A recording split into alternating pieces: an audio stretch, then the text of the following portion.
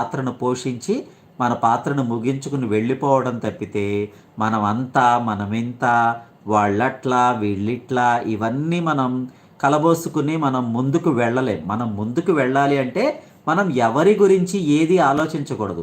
మనకు తోచింది, మనకు నచ్చింది, మనం ఇతరులకు హాని తలపెట్టకుండా, ఇంకొకరు మన వల్ల ఇబ్బంది పడకుండా మన పని మనం చేసుకుంటూ వెళ్ళటమే.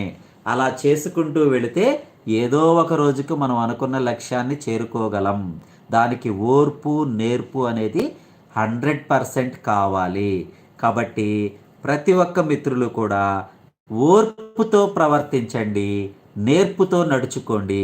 కావాల్సింది అదే. జీవితంలో పెద్దగా డబ్బులు సంపాదించక్కర్లేదు, ఓ పెద్ద పెద్ద విలాసవంతమైన జీవితాన్ని గడపక్కర్లేదు. ఉన్న దాంట్లో తృప్తి పడితే నీ జీవితం గొప్పది. అంతకు మించి నేనైతే పెద్దగా చెప్పలేను, కానీ నేను అనుభవిస్తున్న విషయాన్ని అయితే చెప్తున్నా. ఎందుకంటే నా వెనుక ఇద్దరు డిజేబుల్ చిల్డ్రన్స్ ఉన్నా కానీ నేను ఏ రోజు కూడా వెనదిరిగి చూడలేదు.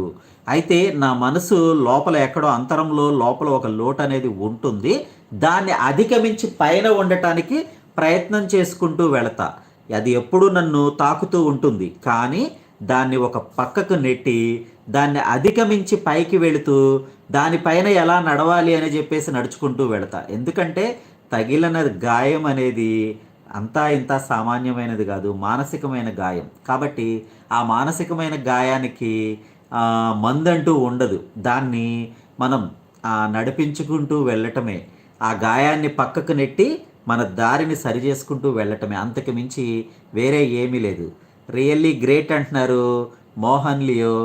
Thank you brother. ఎందుకంటే జీవితంలో ఇవాళ ప్రతి ఒక్క ఎవరిని కదిలిచ్చినా ఎవరికి తగ్గ కష్టం వారికి ఉంటుంది. కోట్లు ఉన్నవాడికి కూడా సాయంత్రానికి వాడికి ఉండే కష్టం వాడికి ఉంటుంది. రత్నాలతో వ్యాపారం చేసేవాడికి కూడా వాడికి ఉండే భయాలు వాడికి ఉంటాయి. కాబట్టి ఎవ్వరూ సుఖంగా లేరు. అలా అని చెప్పేసి ఎవరూ దుఃఖంగా లేరు. ఎవరి సంతోషాలు వారికి ఉన్నాయి, ఎవరి దుఃఖాలు వారికి ఉన్నాయి. ఈ నడక దుఃఖాలు సంతోషాలతో కలబోసి ఉండేదే జీవిత నౌక నడక అనమాట. కాబట్టి ఆ నౌకలో మనం దిగాం కాబట్టి అవన్నీ సుఖాలని, దుఃఖాలని, కష్టాలని, నష్టాలని అన్నిటినీ దాటుకుంటూ వెళుతూ ఉండటమే మన ప్రయాణం. అంతకు మించి మనది వేరే ఏమీ లేదు. మన పాత్ర మనం అనుకుంటాం, మనం అధిగమించగలం, మనం అది చేయగలం, మనం ఇది చేయగలం అనుకుంటాం. మనం ఏమీ చేయలేం.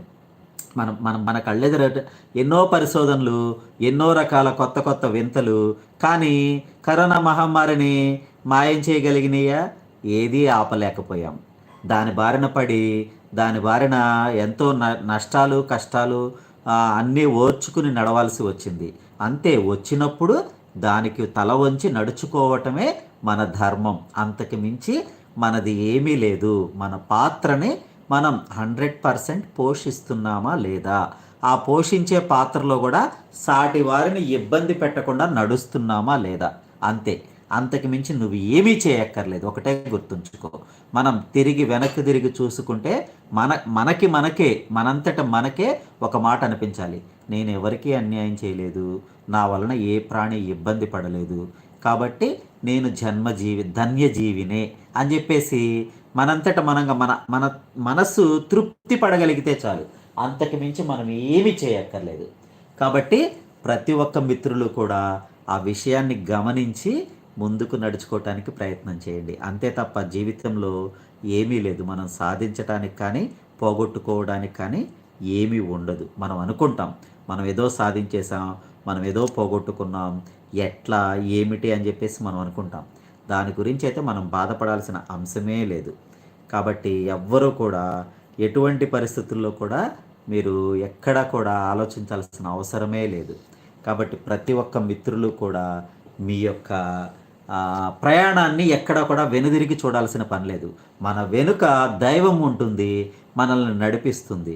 కాబట్టి ప్రతి ఒక్కరూ కూడా నమ్మి ప్రయాణం చేయండి. కష్టాలు నష్టాలు అంటారు, అవన్నీ వస్తూ ఉంటాయి, పోతూ ఉంటాయి. కష్టమైన మళ్ళీ సుఖం ఉంటుంది, సుఖమైన మళ్ళీ కష్టం ఉంటుంది. ఇదంతా ఒక ప్రయాణం, చక్రం.